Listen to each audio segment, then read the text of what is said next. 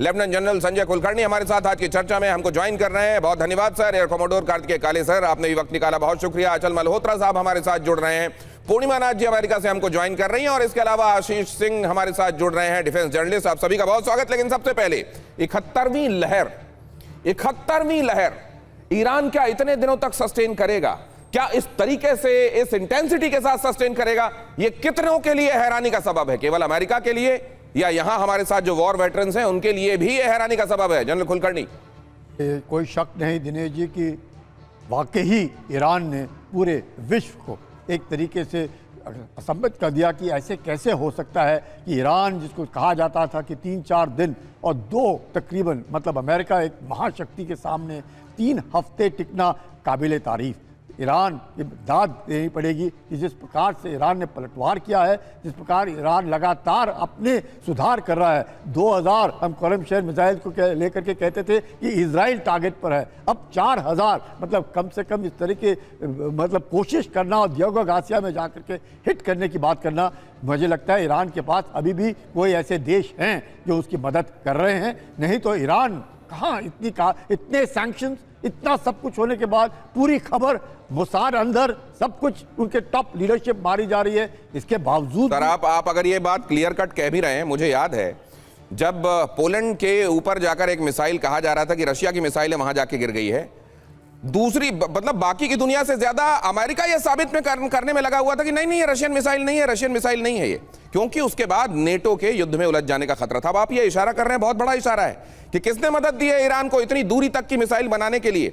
लेकिन क्या अमेरिका इस बात को मानेगा? अमेरिका नहीं मानेगा, क्योंकि उसको मालूम है फिर उसको पूछना पड़ेगा क्या कि रशिया से बात करूं या चाइना से सवाल पूछूं, और ये अफोर्ड कर नहीं सकता अमेरिका इस समय। क्या ये मैं ठीक कह रहा हूं? आपके पास आऊंगा तो समझूंगा, लेकिन उससे पहले देखिए जरा अमेरिका के डिएगो गार्सिया बेस जिसका जिक्र किया जा रहा है, अमेरिका और यूके ये दोनों का ज्वाइंट बेस है डिएगो गार्सिया, यहां पर अटैक हुआ है। हिंद महासागर में अमेरिकी बेस पर दागी गई मिसाइल, ईरान के पास इतनी लंबी दूरी की मिसाइल कहां से आई? ये हर किसी को हैरान कर रहा है। जनरल कुलकर्णी कह रहे हैं मेरे लिए भी ये सख्त हैरानी का सबब है। ईरान से करीब 4000 किलोमीटर दूर है डिएगो गार्सिया। ईरान ने अमेरिकी बेस पर 2 मिसाइलें दागी।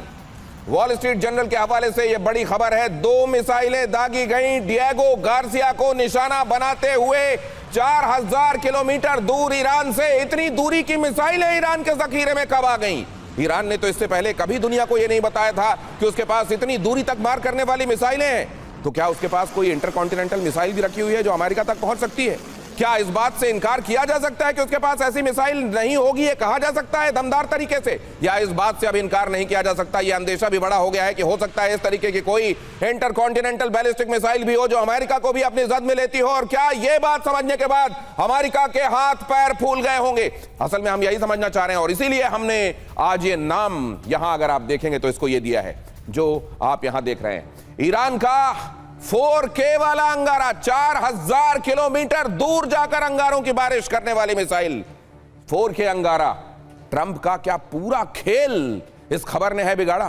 क्या ये जो खबर है ये ट्रंप को, उनके स्ट्रेटेजिस्ट को, सारी बातों को रीओरिएंट करने के लिए मजबूर कर देगी, या इससे बहुत ज्यादा फर्क नहीं पड़ता? पूर्णिमा नाथ जी आपके पास आ रहा हूं, अमेरिका में क्या हलचल है इस खबर के सामने आने के बाद? Thank you so much for having me. नमस्ते, जय हिंद। दिनेश जी, यहाँ पे जो सिचुएशन है ओवरऑल, अभी लिटरली 2 दिन पहले एक पोल आई थी, 100% मागा support is with president Trump. Unfortunately ये मागा बेस में हम जैसे लोग सेंट्रिस्ट जो है, सेंटर टू राइट, हम नहीं पढ़ते हैं। रिपब्लिकन होने के बावजूद हमें पार्टी से निकालने की धमकियां दिया जा रहा है, इंटिमिडेट किया जा रहा है। सो अनफॉर्चुनेटली ये जो सिचुएशन है अमेरिका में, एक डिविजन क्रिएट हुआ है रिपब्लिकन पार्टी में, और Democrat party is going to use it towards the 2026 November election. ये जो वॉर है इट्स एब्सोल्युटली अनपॉपुलर वॉर हो चुकी है। It is unprovoked war and is also illegal war from American side and also from an international standpoint. So हमारे जैसे लोग जो कॉन्शियस ड्रिवन है, जिनका कन्विक्शन मैटर करता है पावर और पोजिशन और पे के हिसाब से देखने से, हमारे जैसे लोगों के लिए ये war is going to be a death sentence for America.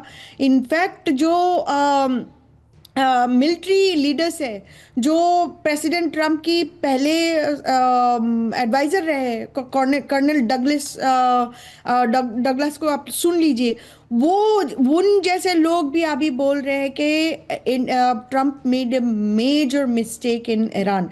अभी ईरान की जो रिटेलिएशन आ रही है, प्रेसिडेंट ट्रम्प अब कोई रिस्पॉन्सिबिलिटी लेंगे, उनके एडमिनिस्ट्रेशन रिस्पॉन्सिबिलिटी लेंगे? ये बात तो हमें बहुत आगे, सबको पता है आंसर ये क्या है। तो He is घर not में going. घर की चीजों को सुना अनसुना किया जा सकता है, विरोध को क्वेल किया जा सकता है, लेकिन ये जो मिसाइलें जो सरप्राइज दे रही हैं, उनको ये अभी तक लगा भी नहीं होगा कि 4000 किलोमीटर दूर वाली मिसाइल भी इनके पास में।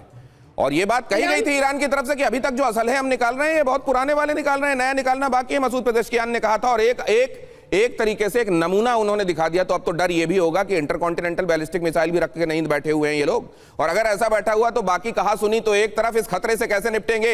अचल मल्होत्रा साहब, आपके पास भी आने वाला हूं, क्योंकि आजकल कुटाई की नीति से ही कूटनीति की बहुत सारी बातें तय होती हैं। तो यहां क्या क्या तय होते हुए आप देख रहे हैं। लेकिन डिएगो गार्सिया में हमले के बाद हड़कंप दिखाई दे रहा है। यूरोप के देशों को ईरानी मिसाइलों का डर।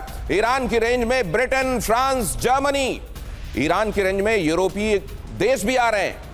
और ये तो वो है कि आप 4000 से फीता लगा के जब नाप रहे हैं नक्शे में, तब ये दिखाई दे रहा है।